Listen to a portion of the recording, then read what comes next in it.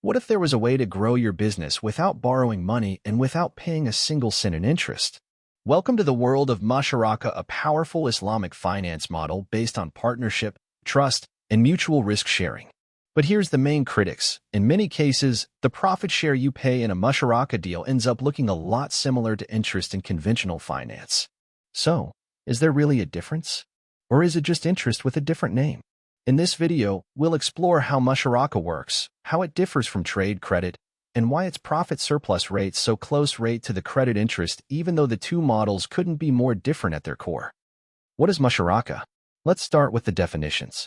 Musharaka is an Islamic finance structure based on partnership.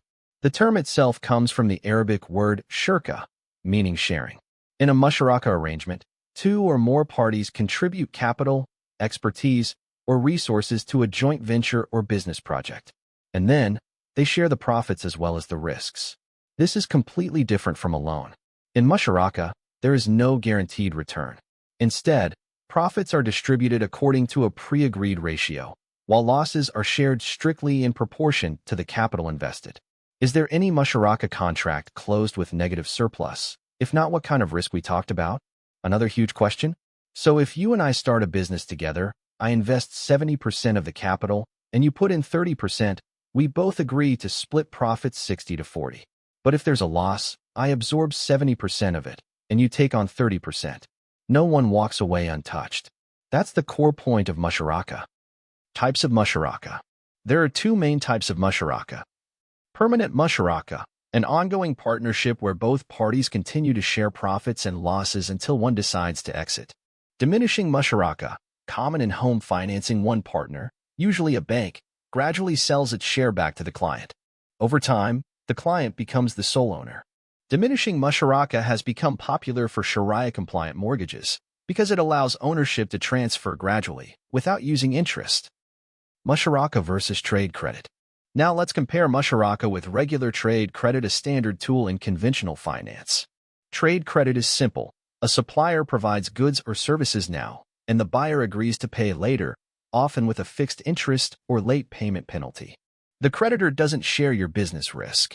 Whether you profit or fail, you still owe the full amount plus interest, if it applies. In Musharaka, it's totally different. There's no sale or deferred payment involved. Instead, you're inviting someone into a shared risk venture. You don't owe a debt, you share outcomes. Here's the key difference. In trade credit, the financier gets paid no matter what. In Musharaka, the financier only earns if there's profit. This is a shift from a risk transfer model to a risk-sharing model, aligning perfectly with Shariah's ethical foundation. When the trade company took out a Musharaka fund from the Islamic bank to purchase raw materials for production, it was unable to manage the cost of other production inputs such as oil. The company made a loss, as stated in its balance sheets. What will happen? Will the Islamic bank write off the repayment of the contracted Musharaka fund? There is a loss. In reality, the answer is no. Furthermore, they took a guarantee during the fund allocation stage, and if things go wrong, they start selling the guaranteed assets to cover the loss. This is similar to what conventional banks do. So why do Musharaka profit rates look like interest? Here comes the big question. If Musharaka is interest-free, why do profit ratios in practice often resemble interest rates? For example, if a conventional bank charges 8% annual interest, a Musharaka-based financier might agree to a profit share that also amounts to around 8% of the capital invested. Here's why. In a competitive market, Islamic institutions must remain financially viable and comparable to conventional offerings.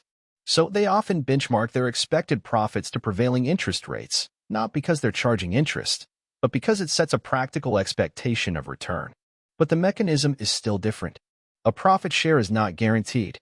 The investor only gets it if the business actually generates income. Interest, by contrast, is charged regardless of business performance. Another factor is risk pricing. Financiers evaluate the risk level of the venture, the market return expectations, and then agree on a profit share ratio that reflects that even if the end result looks similar to an interest percentage. So it may resemble interest on paper, but not in structure or ethics. Musharaka in practice. Let's look at some real-world examples.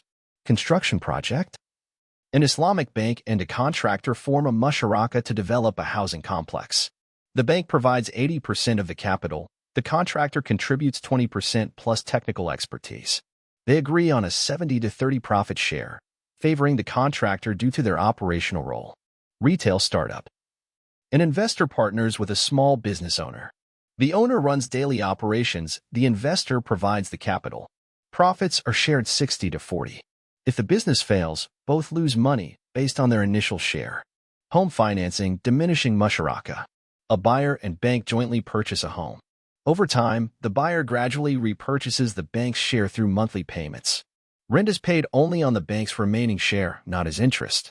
These applications prove that Musharaka can support major finance sectors, real estate, entrepreneurship, and trade, all without violating Sharia principles.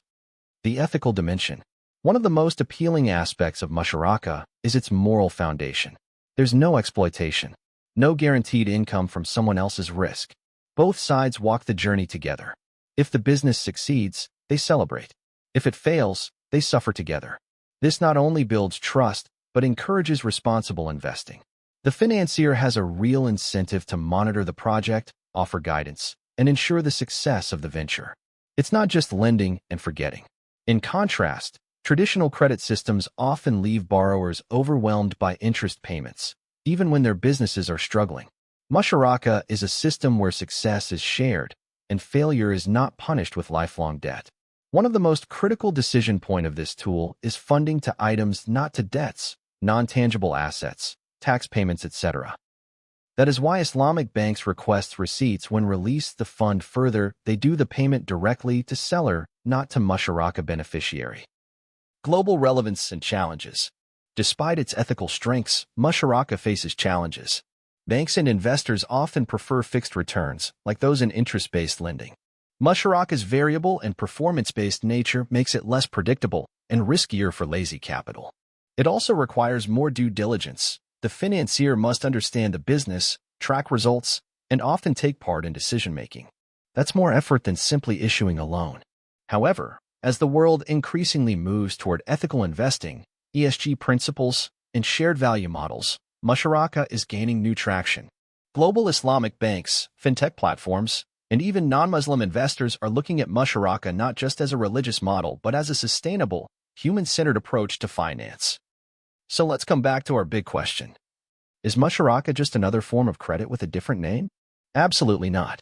While the returns may sometimes look similar, the mechanism, intention, and values behind Musharaka are entirely different. And in today's world of rising debt and financial inequality, maybe Musharaka offers more than just a religious option. In this video, some of the unclear points were highlighted to help eliminate confusion for fund users. No system is perfect. There may be room for improvement. However, this instrument has strong, distinct features that prioritize community empowerment and societal enhancement. Maybe it's a financial future worth building together. Thanks for watching Islamic Finance Unboxed. If you found this video valuable, like, subscribe, and share it with anyone curious about Islamic investing. Until next time, stay informed, stay ethical.